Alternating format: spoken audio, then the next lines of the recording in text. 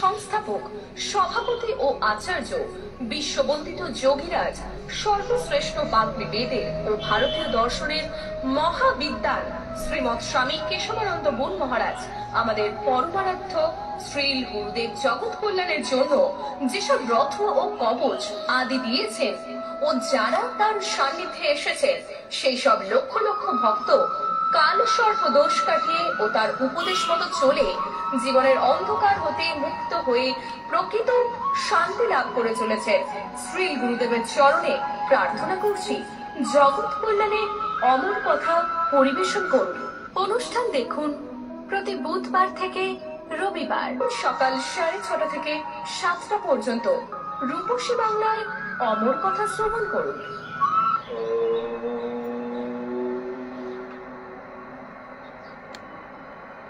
यं ब्रह्मा वरुणेन्द्ररुद्रमरुतः स्तुन्वन्ति दिव्यैस्तवैः वेदैः सङ्गपदक्रमोपनिषदैर्गायन्ति यं सामगाः ध्यानवस्थिततद्गतेन मनसा पश्यन्ति यं यजिनो यस्यान्तं नो विदुः सुरासुरगणाः शिवाय तस्मै नमः। शान्ताकारं भुजगशयनं पद्मनाभं सुरेशं विश्वाधारं गगनसदृशं मेघवर्णं शुभाङ्गं लक्ष्मीकान्तं कमलनयनं योगिभिर्ध्यानयगम्यं वन्दे विष्णुं भवभयहरं सर्वलोकैकनाथं। हरेर्नाम हरेर्नामैव केवलं फलो नस्तेव तिरन्नतः। सर्वाग्रे परमाराध्य गुरुदेव नित्य निरावरिष्ठ भक्ति हृदय वंदे गोस्वामी महाराजेर चरण कमल वंदना करे तार आशीर्बाद प्रार्थना कরি। অমর কথার প্রতিদিনের শ্রোতা ভক্তবৃন্দ, বিদ্বৎ সমাজ, স্নেহময়ী, করুণাময়ী, বাৎসল্যময়ী মা দেশে সবাইকে জানাই আমার হার্দিক অভিবাদন। আজ 26শে এপ্রিল শুক্রবার, আগামীকাল কালসর্প দোষ কাটাবার দিন রয়েছে, অর্থাৎ 27শে এপ্রিল। সেই জন্য যারা কালসর্প দোষ কাটাবেন তারা ভাগ্য বিচার দ্রুত করিয়ে নেবেন। আর প্রসঙ্গত একটা কথা, সেটা হচ্ছে কেশবানন্দ মহারাজের কবচ করার সঙ্গে সঙ্গে মন্ত্রের মতো কাজ করে। মন্ত্রের মতো কাজ তো কেশবানন্দ মহারাজ নিজেই করেন। মন্ত্র বলে হাত বুলিয়ে দিলে সেরে যায়, মন্ত্র বলে হাত বুলিয়ে দিলে ব্যথা হয়ে যায়, মন্ত্র বলে হাত দিলে মাথার যন্ত্রণা সেরে যায়, মন্ত্র বলে কবচ করালে তার জীবনের অশুভ প্রভাব কমে যায়। বুঝেন তো, লোকে কথায় বলে না মন্ত্রের মতো কাজ করে। তো আমার কবচটা কিন্তু দেনেন দেয়া, যখনই আপনি পড়বেন, যখনই মহারাজ মন্ত্রপুত করে গ্রহ নক্ষত্রকে প্রার্থনা করে দেবতাদের আপনাকে যখন কবচ করান, সঙ্গে সঙ্গে একটু মাথায় মগজে ঢুকিয়ে রাখবেন যে যখন পড়াবেন তখন যেন আমি স্পাইনাল কর্ড সোজা করে চোখ বন্ধ করে নারায়ণের ধ্যান করে যাতে মন্ত্র জপ করতে পারি, মন্ত্র বলতে পারি। কেশবানন্দ মহারাজের কথা মতো একদম স্পাইনাল কর্ড সোজা করে বলবেন, আর মনটাকে নাভিতে হৃদয়ে এখানে নারায়ণকে ধ্যান করবেন। ওম নমো ভগবতে বাসুদেবায়। আমি যখন হাত দেবো না তখন বুঝতে পারবেন আপনার শরীরে একটা অদ্ভুত ধরনের একটা কি ভাইব্রেশন হচ্ছে, পাওয়ার ভাইব্রেট হচ্ছে। পাওয়ারটা জেনারেট করে আমার মধ্যে, আর সেই পাওয়ারটা যেমন জেনারেটরের সঙ্গে তার ধীরে ধীরে ঘরে আলো জ্বালে, কিন্তু কেশবানন্দ সঙ্গে সঙ্গে আলো জ্বালানোর ক্ষমতা রাখে। এটা বোঝেন আপনারা? কেশবানন্দ রূপী জেনারেটরের সঙ্গে পাওয়ার জুড়লেই আলো জ্বালিয়ে দেওয়ার ক্ষমতা রাখে কেশবানন্দ মহারাজ। বুঝলেন? এগুলো মহারাজের মহিমা না, এগুলো মহারাজ জীবন সাধনার উপলব্ধি। কত ঘটনা ঘটিয়ে চলেছি এখন নিরন্তর, আগেও ঘটিয়েছি, জীবকে যা বলেছি তাই শুনতে বাধ্য হয়েছি, কত সব। এই জন্য আপনাদেরও বলি যে কেশবানন্দ মহারাজের কাছে এসে ভাগ্য বিচার করে কালসর্প কবচ করে দোষ কাটিয়ে নেবেন। ছোটবেলার থেকে বাচ্চাদের দোষ কাটাবেন, যখন বড় হয়ে যাবে না তখন ওটা ইঁচড়ে পেকে যাবে, বুঝলেন? ইঁচড়ে যখন একটা বড় ইঁচড় পেড়ে যদি পিটিয়ে পিটিয়ে কিরিয়ে কিরিয়ে লাঠি দিয়ে বেরিয়ে বেরিয়ে নরম করে ফেলেন, ওই ইঁচড়টা না নরম হয়ে মনে যেন পাকা, না ওটা পাকা খেতে পারবেন না ওটা কাঁচা রান্না করে খাওয়া যাবে, ওটা পুরো 12 বেজে গেছে। এমনি কালসর্প দোষ ছোটবেলার থেকে যদি বাচ্চাদের নিয়ম কানুন মেনে না চলার, ওগুলো সব ইঁচড়ে পেকে যায়। ওকে না এমনি খাওয়া যায়, পাকে দেওয়া যায়, না রান্না করা যায়, না কাঁচা খাওয়া যায়। সত্যি না মিথ্যে ভালো করে বুঝে রাখবেন, ইঁচড়ে পাকা হতে দেবেন না। ছোটবেলা কালসর্প দোষ যখনই দেখা গেল কালসর্প দোষ আছে, যোগ্য আচার্যের কাছে গিয়ে দোষ কাটাবেন। বলে বললো দুটো সাপ নিয়ে এসো গো, দোষ কাটিয়ে দেবো, বলুন দুটোর উপর সাপ নিয়ে এসো, দোষ গঙ্গায় নিয়ে মন্ত্র করে বলে কি বললো হং বং সংঘম গং, কি যে বলেছে ঘোড়ার ডিম সে নিজেও জানে, তার কোনো অনুভব নেই। ওই সাপগুলো উঠিয়ে ওরা যাচ্ছে। কিংবা কেউ বললো আমি তারাপীঠে গিয়ে তোমার দোষ কাটাও, তারাপীঠ পঞ্চমন্দির আসনের ওখানে যোগ্য করবো, যোগ্য করলো। কি ঘোড়ার ডিম জানে যোগ্যের কিছু, মন্ত্র কিছু বোঝে, শাস্ত্র বোঝে, তপস্যা আছে, শক্তি আছে, কিছু দেখাতে পারে? আরে প্রেত বার্কা এইসব জ্যোতিষিকাতে গেলে আপনার জীবন কি হবে? যে মোম দিয়ে কবজ ভরে দেয়, শুধু মোম, কেউ চুল দিয়ে, কেউ খবরের কাগজ দিয়ে, আমরা কত কাগজ খুলেছি, তা কেউ ভস্য দিয়ে, কেউ ছাই দিয়ে, কেউ মাটি দিয়ে ভরে মোম দিয়ে বন্ধ করে দিই। আমি পুষ্টির ষষ্ঠী পুজো করে দিয়েছি, টাকা নিয়েছে তো, কিন্তু ওর তো কবজ লেখার যোগ্যতাও নেই আর সময়ও নেই, ওরা তো উপযুক্ত লোক রাখা নেই। আমাদের আশ্রমে তো আশ্রমবাসী এরা তো বিধিবিধান মতো যারা কবজ লেখে তাদেরও শক্তি এত আছে, তারা হাত বুলিয়ে দিতেও ছেড়ে যায়, এত পাওয়ার আছে। দিন রাত তাদের ওই কাজের সঙ্গে যুক্ত করা আছে, তারা ধ্যান করে, মন্ত্র জপ করে, গীতা পড়ে, প্রতিদিন সাধনা করে, প্রতিদিনের উপাসনা, প্রতিদিনের মন্ত্র জপ, প্রতিদিনের ঈশ্বর প্রণিধান করে। তারা যে সে কবজ বানিয়ে দিয়ে হয়ে গেল না, মূর্খ জীব, মরবি, এইভাবে মরবি। কারো কিছু তো পাবি না, যত সংসারে এরকম ঘুরবি তত যন্ত্রণা ভুগবি, আর বুকে বুকে মরবি, আবার জন্ম নিবি। ঠিক আছে, অসুবিধা কি? এই জন্য নির্বাণন্দ মহারাজ আমার কথা শোনো ভালো, না শোনো আরো। এটা শুনলে আমাদের খুব রাগ হয়, মহারাজ আপনি কেন বলছেন? আপনার কথা শুনবো, ঠিক আছে, না শুনলে ভালো। হ্যাঁ, তুমি তোমার মতো স্বাধীন চেতা। গুরু গৃহে যারা, যেমন এই আগ্নেয়বাদী, এরা ব্রহ্মচর্য পালন করা, সৎ জীবন যাপন করা, গুরু সেবা করা, সাধনা করা, যোগ প্রাণায়াম করা, আসন করা, প্রত্যাহার করা, ধ্যান ধারণা সমাধি স্তরে নিয়ে যাওয়া, এরা যে চেতনাটা তৈরি করেছে এটা তো কষ্টকর, তাই না? আমরা যদি বলি বৃন্দাবনেও ঘটে, বৃন্দাবনে যারা বিক্রি করে বেড়ায় তারা এখন অনেক টাকা কামায়, জানেন কি? ওই রাধে রাধে ছাপ্পা নিয়ে মেরে দিচ্ছে মাথায়, রাধে রাধে, আর তিলকের ছাপটা মেরে দিচ্ছে, বিয়ে বলে যাও 10 টাকা করে দিচ্ছে। এখন ধরুন 10 টাকা করে যদি 100 লোককে দেয়, 200 লোককে দেয়, তাহলে প্রতিদিন 2000 টাকা, কেউ 50 টাকাও দিয়ে দেয়, কেউ 100 টাকাও দিয়ে দেয়, এত কামাই। চিন্তা করতে পারে। আর ঠাম্মা তাকে দিয়ে দেয়, क्या कर रहा है? बोले चल आश्रम में, चल आश्रम में सेवा करेगा, तेरा खाना पीना रहना पढ़ना लिखना सब कुछ हम कराएंगे, चल। আবে না, এই কলকাতা রাস্তাতে যাও তো নিয়ে যাওয়া যায় না, ট্রেন স্টেশন থেকে যাওয়া যায় না, বৃন্দাবনেও যাবে না। ভিকমাঙ্গা এগুলো জন্মগত ভিকমাঙ্গা, এদের স্বভাব হচ্ছে ভিকমাঙ্গা, এরা ভিক মেকে বেড়ায়। কি মনে করছে? ভিকমাঙ্গাটা হচ্ছে এদের স্বভাব। बोले तेरा बाप का नाम क्या है? बोले करोड़पति। तेरा नाम क्या है? बोले मेरा नाम लाखपति। बोले तेरा बिजनेस क्या है? बोले भीख मांगना। बापेर नाम कोटिपति, নিজের নাম লাখপতি, বিজনেস হচ্ছে ভিক্ষেবাদ। আমরা হচ্ছে সব এই জগতের লোকগুলো সব এরকম স্বভাবগুলো এত বিগড়ে আছে, এত অদ্ভুত বিজ্ঞানের স্বভাব। ভালো কথা ভেতরে স্থান পায়। এই যেমন এই আগ্নেয়দ্র আদি এরা তো তপস্যা করতে এমনি গেছে, তাহলে এই আমরা যদি আশ্রমে যারা এইসব করছে, কষ্ট পাচ্ছে, ঘুরে বেড়াচ্ছে অনেক কিছু, তারা কিছুতেই যাবে না, ভালো পথ নেবে না। জন্ম জন্মান্তরের সংস্কার থাকা দরকার। সংস্কার না থাকলে সদ্গুরুর চরণতলে থাকবে না, আশ্রমে থাকবে না, আশ্রমের উপদেশ মানবে না, আশ্রম জীবনে সংযত হবে না, পবিত্রতা পালন করবে না, সদ্গুরু চরণাশ্রয় করবে না, সদ্গুরু উপদেশ মেনে চলবে না। আশ্রম জীবনে তো অনেক নিয়ম মেনে চলবে না, সেই নিয়মগুলো মানতে গেলে খুব সমস্যা।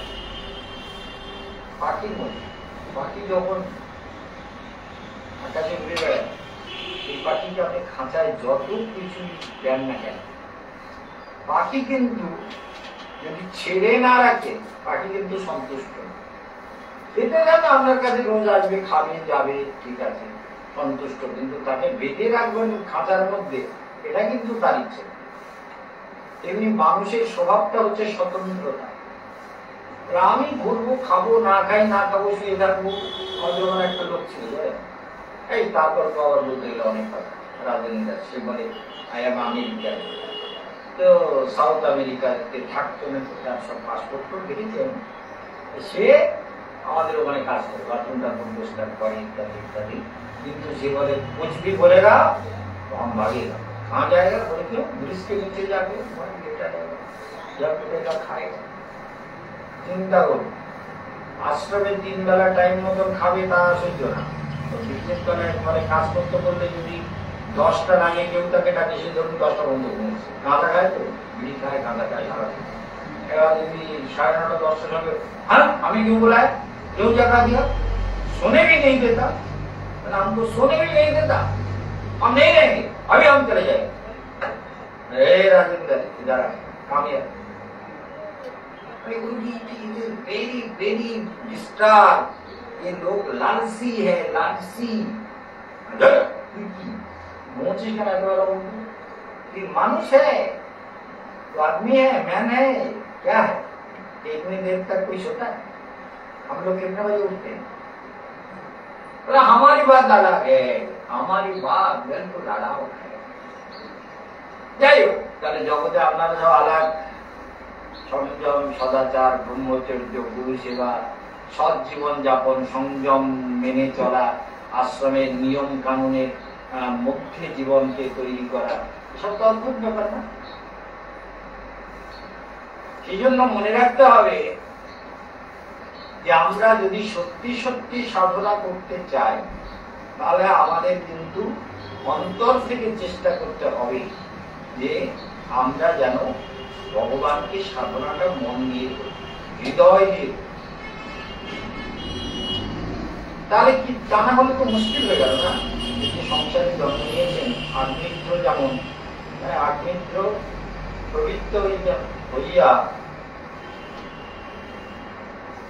রাজকার্যে প্রবৃত্ত হলেন, হয়ে ধর্মের সহিত জম্বু দ্বীপবাসী প্রজাবর্গকে অপত্য নির্বিশেষে সর্বতভাবে পালন করিতে লাগিল। সবাইকে পালন করছে, অপত্য মানে নিজের সন্তানের মতো। প্রজা শব্দের অর্থ কিন্তু সন্তান হয়, প্রজা আছে যে কি ভগবান, প্রজা মানে সন্তান। তাহলে রাজার ধর্ম কি? প্রজার প্রতিপালন করা। প্রজা মানে পুত্র, প্রজা মানে পুত্র রূপে, প্রজা মানে রাজ্যের জনগণকে পুত্র রূপে পরিপালন করবেন, এটা আপনার অবশ্য রূপে কর্তব্য। সেই জন্য বলছেন সচ কদাচিৎ পিতৃলোক কামা সুরবর গণিতা ক্রীড়া চন্দ্র দ্রন্যাম ভগবন্তম বিশ্ব সৃজাম পতি মাতৃবত পরিচর্যোপকারণা আত্মৈকাগ্রেণ তপস্বী আরাধয়াম বভুব। তিনি কি বললেন? ব্রহ্মার আরাধনায় প্রবৃত্ত হলেন। ব্রহ্মা বলে এই আবার কি হলো? ব্রহ্মা আমার আরাধনা করছে কেন? চিন্তা করুন, ব্রহ্মার আরাধনা করছেন মন দিয়ে, তো সেই জন্য তিনি বললেন যে একটা কাজ করে, পরীক্ষা করে নেওয়া যায়। সোনা কিনতে গেলে কিন্তু পরীক্ষা করে নিতে হয়, আমরা তো পরীক্ষা হতে পারি না। এই জন্য স্বর্ণকাররা কি করে? চুরি করে কেল্লা ফতে করে, তাদের স্বভাব সেটা, কিছু না কিছু চুরি করবে। তা আপনার সোনার থেকে সে 200 মিলি হোক আর 500 মিলি হোক আর 1 গ্রাম হোক, 1 গ্রামে 1000 মিলি হয়। এখন ধরুন আপনাকে কোনো না কোনো কিছু তো আপনার মারবে। জীবনের সব কত ঘটনা জানেন, সব ঘটনা যদি বলতে যাই না, বক্তৃতা হবে না, শুধু আমার জীবনের ঘটনায় স্বর্ণকার সোনা তুলি বলে। তারাই বলে সোনাটা ওজন করে নিয়ে আসো, নাম বললে তার আবার কষ্ট হবে। ফারাসাতের একটা ঘটনা, সোনাটা ওজন করে আনতো, কতটা সোনা আছে। এইবার এই সোনাটা ওজন করে এনেছে, ওদিকে দিয়েছে 2 গ্রাম। এইবার আমি যদি এতটা সোনা, ওই সেসব রাউন্ড দিয়ে সোনা দিয়ে সবই করে না, ও তো সোনা বেশি খারাপ সোনা দেওয়া যায় না। ওই সোনাগুলো সব দোলা করে দিয়েছি। আমি জানি এটা কমসে কম 4 থেকে 4.5 গ্রাম সোনা হবে।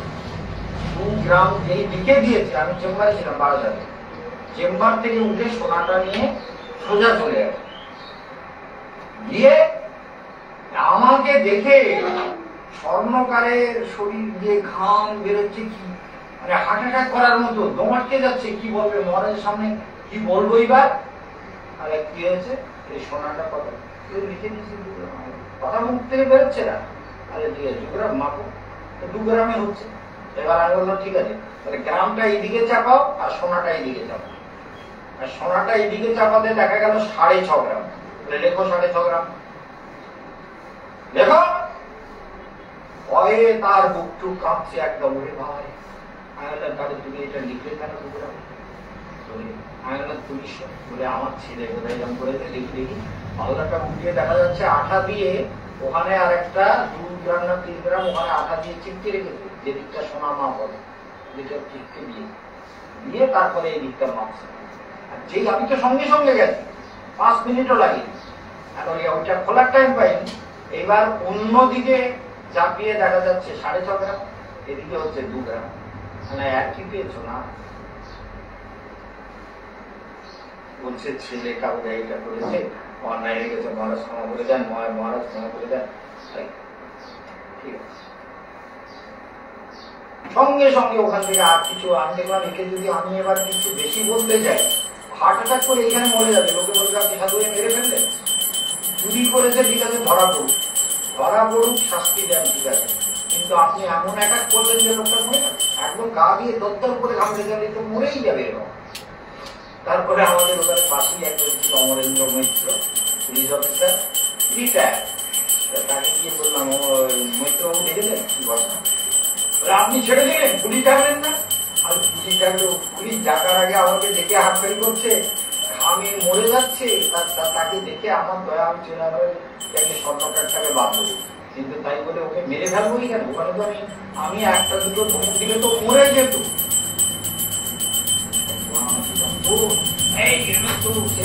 টাকাটা লোক তো, হ্যাঁ এইরকম একটা মহারাজের সঙ্গে অনেক অসভ্য, আমি যাবো, আমি না কিছু যেতে সে ওরে গাছকে করতে যেত, আমি ধমক দিলে।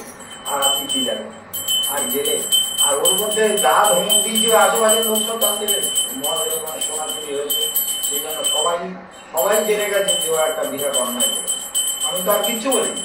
আমি ওখানে আরো কিছু বললে চেল্লাচিল্লি করলে লোকের ভিড় হতো, আর ও এটা করে যেত। চিন্তা করুন, সোনা চুরি করা একটা স্বভাব। এই জন্য মনে রাখবেন, যার যেমন স্বভাব তার তেমন লাভ। ভাব অনুযায়ী লাভ হয়। চিন্তা করুন, ওই লোকটা আমার কাছ থেকে কত কাজ পেত, একদিনের চুরিতে পুরো কেল্লা পথে। চুরিটা একটা লিমিট মেনটেন করতে হয়।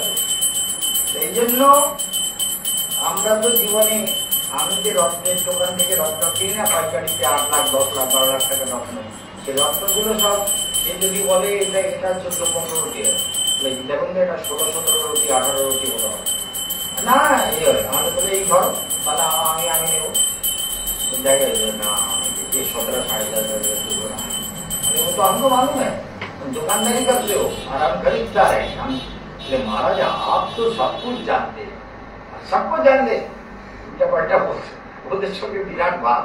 ওরা প্রতি বছর 25,000 টাকা করে দেয় বৃন্দাবনের গীতা চোখের জন্য। ওরা খুব ভালোবাসে, ওদেরকে প্রসাদ প্রতি বছর পৌঁছে দেয়। তাহলে দেখতে হবে যে ভাব অনুযায়ী লাভ হয়। আপনাদের কেমন ভাব সেরকম পাবেন, লাভটাও সেরকম হবে। যেরকম ভাব তৈরি করছে সেরকম পেয়ে যাবে। এই জন্য বলছেন, আজকের একটা গান শুনছিলাম, বলে বিষভানুপুরে জল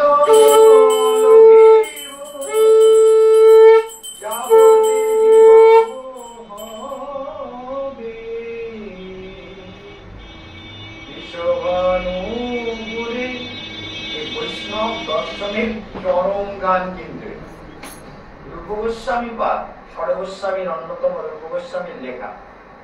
বিষভানুপুরে জল লভিব যাবটে বিবাহ হবে প্রযোগ বিভাব হইবে সভা আন ভাবনা রহিবে।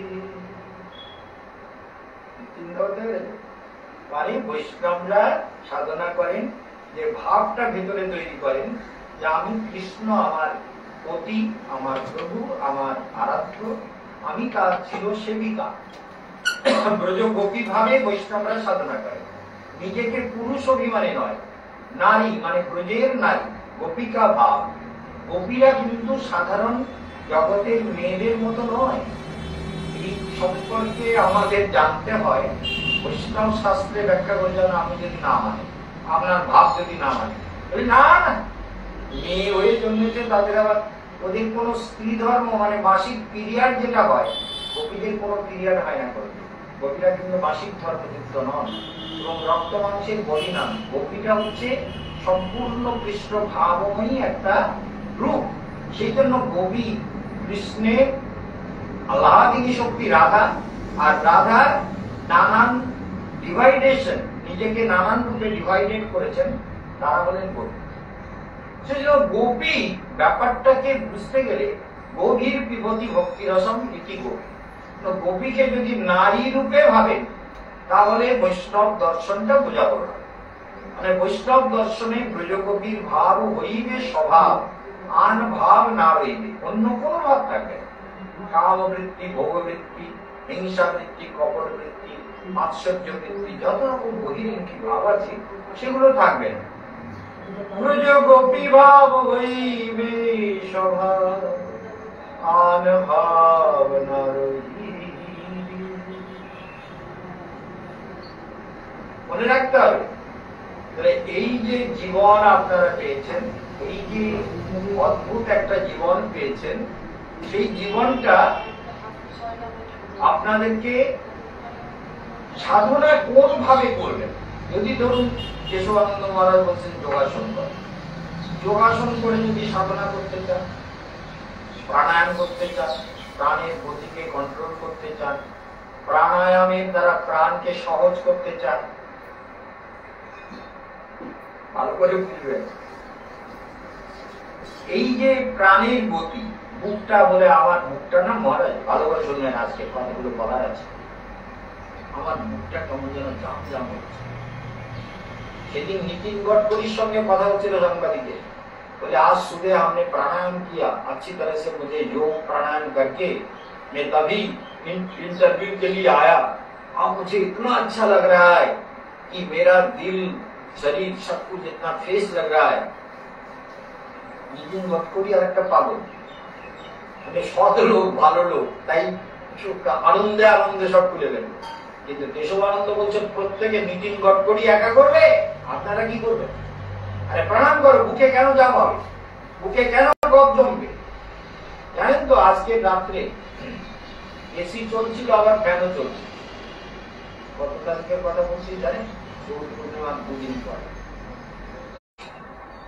বাইরে 100 বার করবেন মন্ত্র জপ করতে হবে। তাতে কি হবে জানেন? একদম পথটার সঙ্গে 100 বার, এক একবার 100 বার করবেন, আর এটা 5 বার করবেন। বহির্পুণ্য 5 বার। আজকেই করুন, এক্ষুনি করুন, এক্ষুনি ফল পাবেন। দেবেন দেয়া যোগ সঙ্গে সঙ্গে ফল দেয়।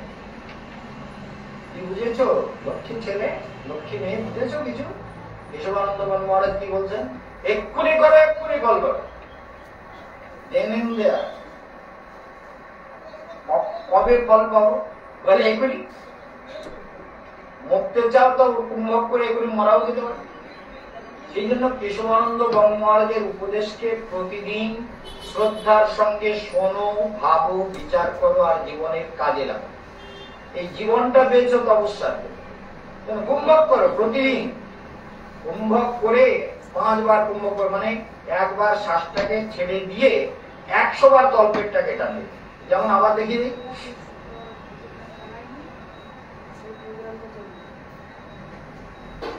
এটা 100 বার করো। কারণ এই চ্যানেলে বসে বসে 100 বার আমি করতে থাকি আর তোমরা শুনতে পাবে না, সেটা তো করা যায় না। না, এই জন্য জন্মদিনে শেখাবো। 22শে জুলাই, 22শে জুন, 7ই আষাঢ় কুম্ভবাতি শুরু হবে সেই দিন। সেদিনে আমার জন্মদিন পড়েছে, সেদিনকে প্র্যাকটিক্যাল প্রাণায়াম শেখাবো। আর দেখ বলে যদি শিখতে ভালো লাগে শিখবে, আর না শিখবে তো বাড়িতে কোনো ব্যাপার নেই। সবাই বড় ভালো না করো আরো ভালো, মনে রাখবে তো কথাটা। সেই জন্য এই জীবনটা অদ্ভুত একটা ব্যাপার। চেষ্টা করলেই জীবনে সমস্ত সত্য আপনার থেকে প্রকাশিত হবে।